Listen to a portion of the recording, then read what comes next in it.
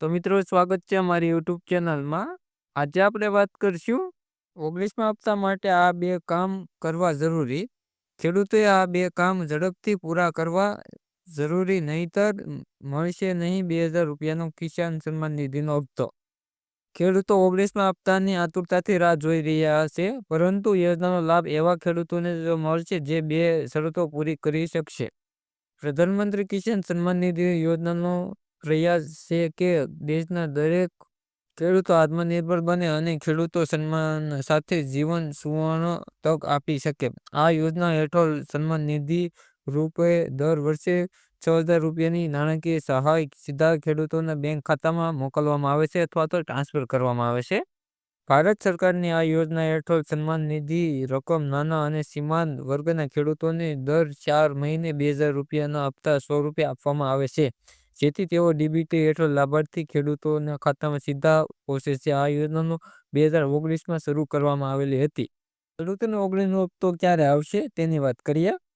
અત્યાર સુધી પીએમ કિસાન સન્માન નિધિ યોજના હેઠળ 18મા હપ્તા સુધી 3.44 લાખ કરોડ રૂપિયા સુધી ખેડૂતોને બેંક ખાતામાં ઇસ્યુ કરવામાં આવ્યા છે અથવા તો મોકલવામાં આવ્યા છે.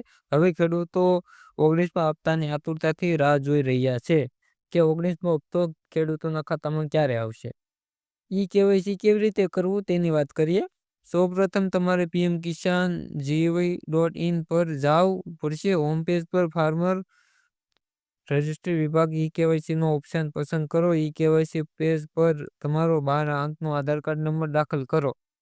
આ કામ પૂર્ણ કરેલ હોવું જોઈએ.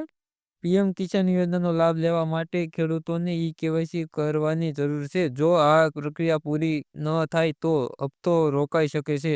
આ કામ નજીકના સીએસસી સેન્ટર અથવા તો પીએમ કિસાનની અધિકૃત વેબસાઇટ પર pmkisan.gov.in પરથી કરી શકાય છે. ખેડૂતો માટે જમીન સત્તાવાર વેચાણ કરવાનું પણ મહત્વ છે, જેથી એ ખાતરી થાય છે કે હકદાર છે કે કૃષિ યોજનાનો લાભ લેવા માટે ખેડૂતોને તેમના આધાર કાર્ડને બેંક ખાતા સાથે લિંક કરાવવું અનિવાર્ય છે. તો મિત્રો, વિડીયો સારો લાગ્યો તો વિડીયોને લાઇક, ચેનલને સબસ્ક્રાઈબ અને વિડીયોને શેર કરવાનું ના ભૂલતા.